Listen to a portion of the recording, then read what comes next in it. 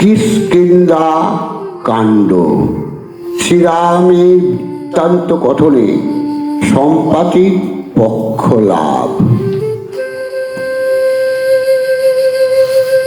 নবম ভাগ আপনাদের পাঠ করে শোনাচ্ছি। দেবরাজ আদেশ করিলে তপোধন, বাসব করিল পরে বৃষ্টি পরিশন। মাটি হইতে বাইর হইল সেই ক্ষণে, এক চিত্তে মরা মন্ত্র জপে মনে মনে। আশীর্বাদ করিলেন তুষ্ট তপোধন, মুনিরে প্রণাম করে সে দস্যু ব্রাহ্মণ। দিব্যকান্তি হইয়া মুনিরে করে স্তুতি, তোমার প্রসাদে পাইলাম অব্যাহতি।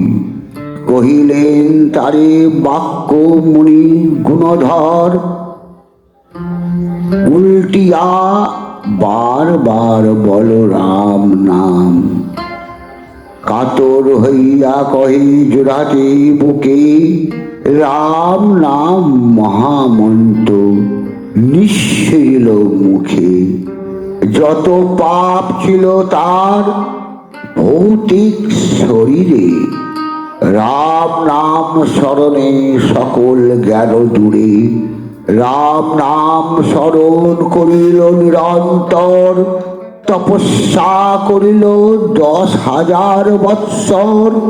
মন দিয়া শুনো এই অপূর্ব কাহিনী, মরা মন্ত্র জপিয়া বাল্মীকি হইল মুনি। নারদের উপদেশ পাইয়া সৃজন, প্রকাশ করিল সপ্তকাণ্ড রামায়ণ। নমস্কার, জয় শ্রীরাম। তোকে তো আমি দেখতে বলছি, তুই কোথায়? 7 কাণ্ড রামায়ণের মর্ম বিবরণ করলেন। 7 কাণ্ড রামায়ণ হনুমান কয়, সম্পত্তি পক্ষীর পাখা হইল উদয়। আদ্য কাণ্ডে রাম জন্ম হইল শুভক্ষণে, পরম উল্লাসে হইল অযোধ্যা ভুবনে। শ্রীরাম লক্ষ্মণ আর ভরত শত্রুঘ্ন, 4 পুত্র পাইয়া ভূপতি হৃষ্টমন। বিশ্বামিত্র আইলেন অযোধ্যা নগরে, মিথিলায় বিবাহ দিলেন শ্রীরামেরে। 4 নন্দনের দিয়া বিবাহ কৌতুকে, রাজত্ব করেন রাজা অযোধ্যায় সুখে।